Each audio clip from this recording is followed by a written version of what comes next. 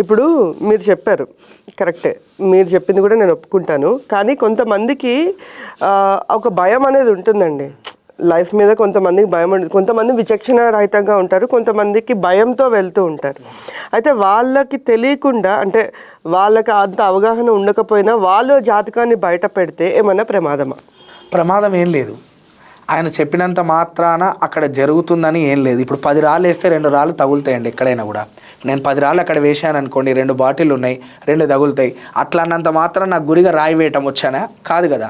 ఇప్పుడు ఇట్లా బయట టీవీలలో ఎవరు పడితే వాళ్ళ జాతకాలు చెప్పేటువంటి వాళ్ళది ఎట్లా ఉంటుంది అంటే 10 రాళ్ళు వేస్తారు, ఏవో 2 రాళ్ళు తగలగానే అయ్యో నేను చెప్పింది జరిగింది అని చెప్పి ప్రచారం చేస్తున్నటువంటి వాళ్ళని అసలు ఏమాత్రం కూడా మనం పట్టించుకోవద్దు. అసలు వాళ్ళందరూ కూడా ఫేక్ అని అర్థం.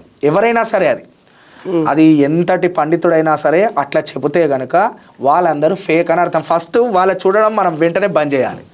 కాబట్టి అట్లాంటి వ్యవస్థ ఉండడం వల్ల మీకేం నష్టం లేదు. మీ కర్మ ఫలితం ద్వారా మీరు ఏదైతే మీ జీవితంలో జరగాలని ఉంటుందో అవే జరుగుతాయి. మీరు ఆయన చెప్పినంత మాత్రాన రివర్స్ ఏం జరగదు, ఆయన చెప్పినంత మాత్రాన కరెక్ట్ ఏం జరగదు.